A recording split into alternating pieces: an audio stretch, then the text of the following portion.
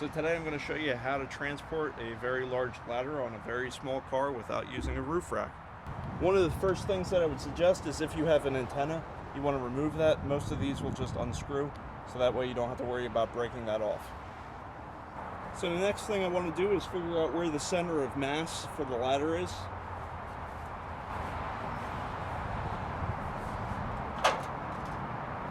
So I'd say if you can hold it in one hand and it balances itself, I would say that's effectively the center of mass.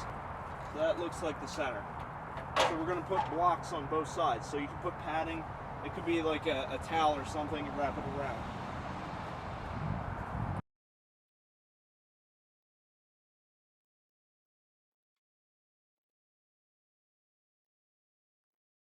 You put the foam blocks or your padding around where the center of mass is and a little back and forth. We want to make sure that that center of mass is over top of the roof of the car. Remember, lift with your legs, don't throw your back in it.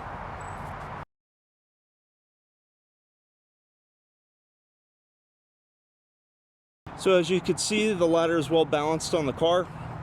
Now what we want to do is open up the driver and passenger front doors and put a rope through it. The reason why you open the doors is so that when you do tie it down, you can actually get the doors open. If you just roll your windows down, you won't be able to open your door.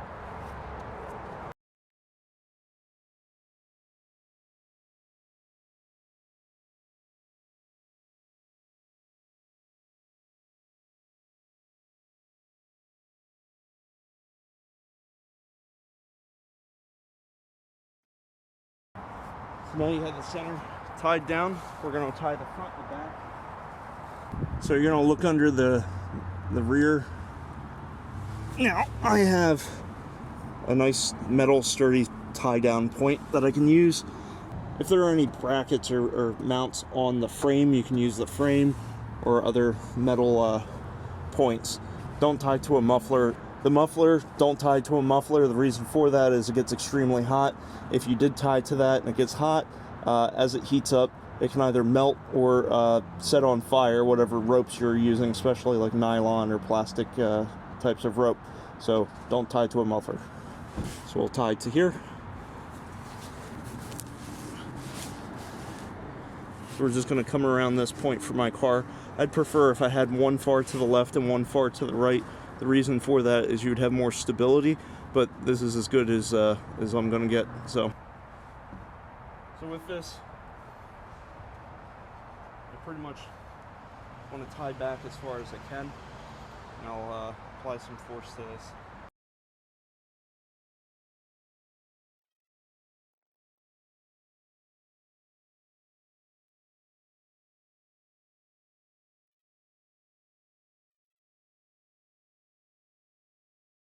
The other thing you need to note when you tie something down like this, if it protrudes out past the back of your vehicle, you want some type of flag. So get a piece of plastic, an old plastic bag, something along those lines, just tie it off. That way people, as they approach the rear of your vehicle, they don't just slam into the ladder because they're not looking at the ladder, they're looking at your bumper. So I'm just gonna put a plastic bag. This would just alert somebody that's behind me not to basically hit me in the ladder. So with this, I'm just going to take an old plastic bag and tie it on, just so that if anybody's behind me, I at least have some type of flag, so that they're less likely to hit the back of my car. It's just something that flaps to get their attention.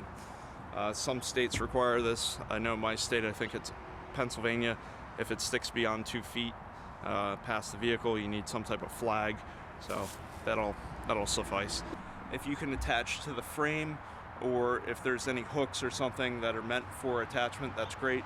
For me, unluckily, I just have a plastic bumper, so I don't want to apply too much force to that, but I'll secure to it at the moment.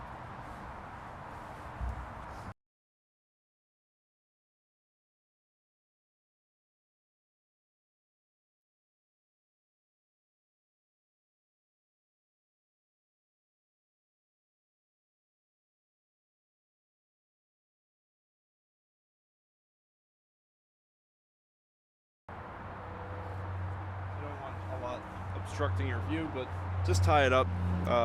I know that's not the best series of knots. You can look up different knots if you'd like.